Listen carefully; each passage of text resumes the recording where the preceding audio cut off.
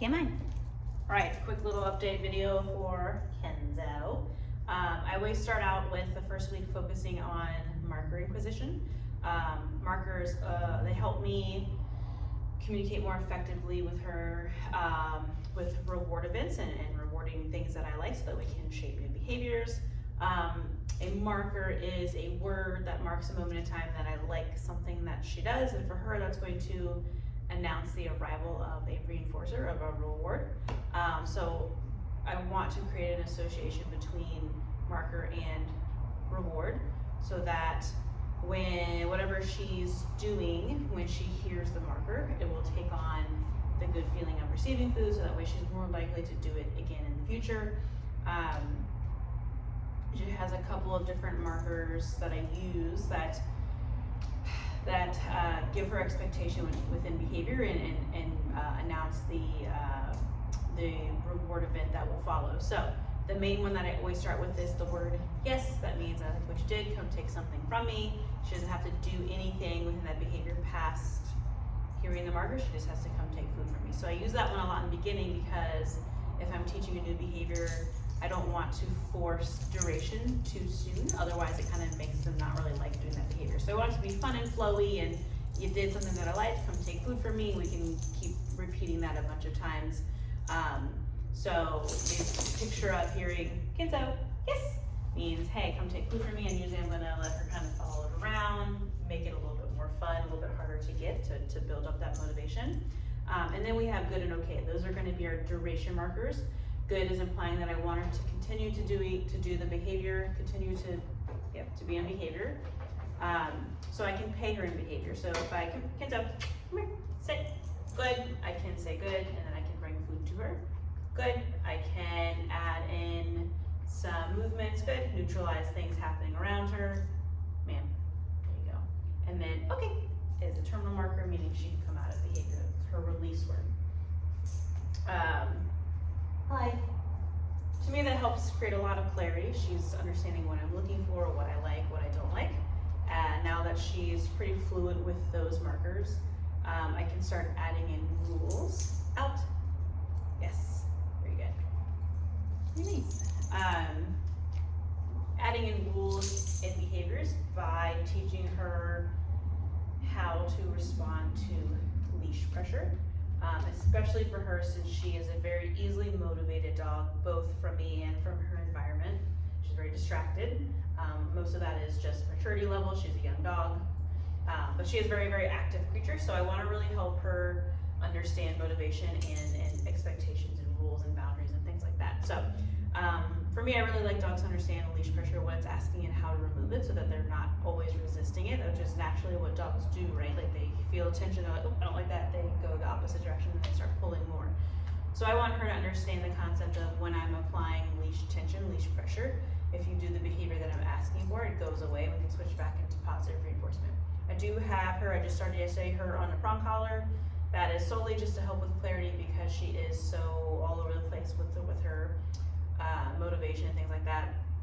I found that there was just way too much frustration with the flat collar, where she was just dealing with it, but not really thinking ahead of, oh, like this is going to hurt me or cut my air supply off, and I was losing a lot of engagement that way. So in here it's fine because there's not a lot competing with her attention towards me, but when we would do things outside, she was like, bloop, everything else is much more of a novelty. So the prong collar, it does help with that motivation because it is a discomfort that she's responsive to in the moment. So it's just enough of a sensation where she feels it and she's responsive to it right then and there, and I can remove the pressure as soon as she complies and does the thing that I'm looking for.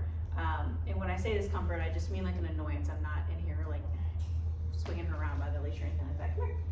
So what I do is, Kenzo, I will give her a command that I know that she knows, and I will gently apply a little bit of leash pressure to sit. Sit. Yes. Until then, you heard the word that I said.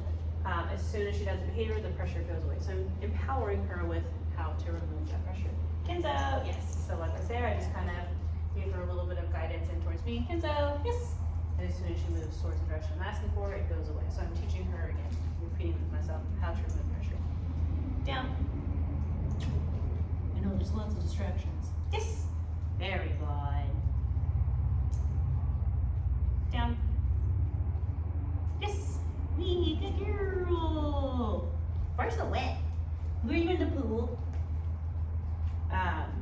Yeah, so I want her, I like to teach leash pressure so that way when we are in an environment where maybe she's not at all motivated by me and I need her to do something, I need her to be with me, engaging with me, I can utilize that leash to help her with the follow through, even though she doesn't want what I have to offer. Like, that's my expectation. So I like to teach this at a where there's not a lot of stuff going on so that she understands what I'm asking, how to remove it, and then we just kind of segue into different environments. And I think it's a really good thing for her to learn. I know that she's very active at home, like barking at people, being too much when people come over and things like that. So this is gonna help us give her appropriate feedback so we can help harness better habits with her. Because she's a young dog, she's just doing what motivates her. She's not a bad dog, she's just super excitable and social. So it causes a lot of frustration for us when we are not communicating effectively for her and we're having to scramble and grab her and fuss at her and all of those things. So I want her to understand what we're asking for so that we can lower that frustration from both angles. Right, girl? Hey, what you hear? Come here. Let's go. Good. Very nice. Let's go. Whoa. That wasn't it. Good. Let's go. Good. Okay. Very nice. Oh, this is in the frame.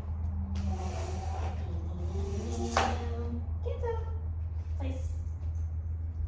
Yes. Whoa, good girl. Place. You got it. Place. Good. Good. Oh, another thing, when I'm using my markers, good. I'm making it a point to say the word, okay, before any movement takes place, before I reach to my treat pouch, before I reach towards her with food. I want her responding to my words and not my physical movements. In this context, she's paying attention to me most of the time, so she can see all my movements. But when we get into environments where she's not really looking at me and she's solely responding to my movements, I won't be able to reward her appropriately. So I want her having a reflexive response to those markers.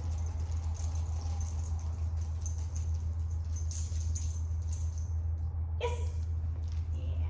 Very good. So that we can capitalize on them and use them when we are shaping behaviors and rewarding the things that we like and so forth. Kenzo, come. Yes. Very good.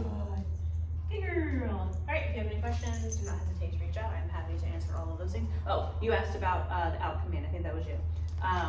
When she jumps up and all of those things, I will step into her space. Out.